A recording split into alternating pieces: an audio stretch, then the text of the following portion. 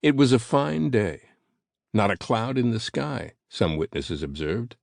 A large crowd had gathered to hear a great orator deliver his remarks on the graveyard of a momentous battle. For a people torn asunder by violence and suffering, the ceremony offered a chance to find some thread of hope among the ghosts of the fallen. How to weave the threads of war into a meaningful tapestry of redemption and renewal? What purpose could be found on the other side of such pain? As thousands watched, the greatest orator of the day began his remarks.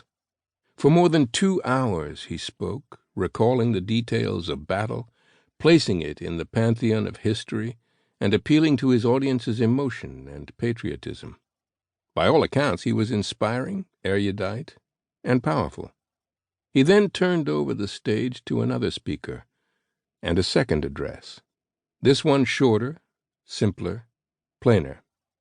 Instead of a few hours, it lasted a few minutes. Afterward, with the audience in reverent silence, its author was concerned that his words had been poorly received. He needn't have worried. The first address of the day would end up an afterthought of history. The second constitutes 272 of the most remembered words ever uttered. A great purpose, whether for a company or a country, is simple. When Abraham Lincoln looked out on the crowd gathered at Gettysburg on that November day in 1863 and read from the small paper on which was inscribed the Gettysburg Address, he articulated simply, beautifully, unforgettably, the purpose of the nation and of the Union. He articulated its mission, its history, and the larger context of its current struggles.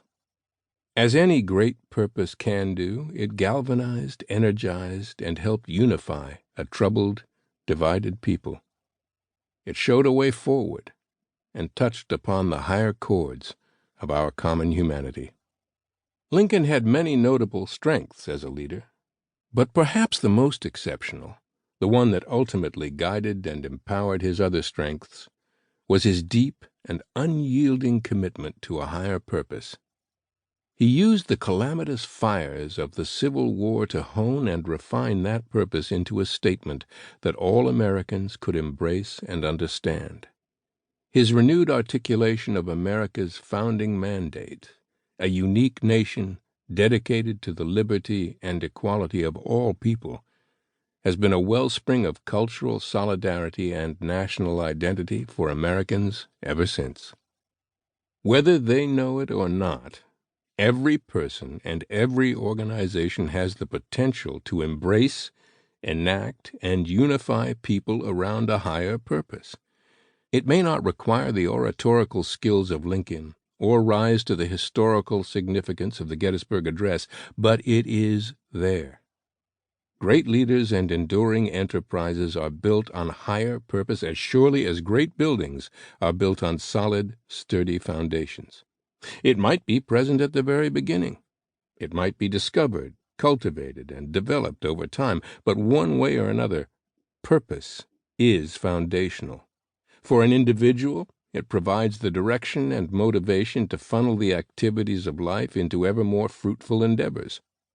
For an organization or institution, a higher purpose provides the shaping context that transforms a collection of individual human beings into an organized, productive, creative, engaged workforce.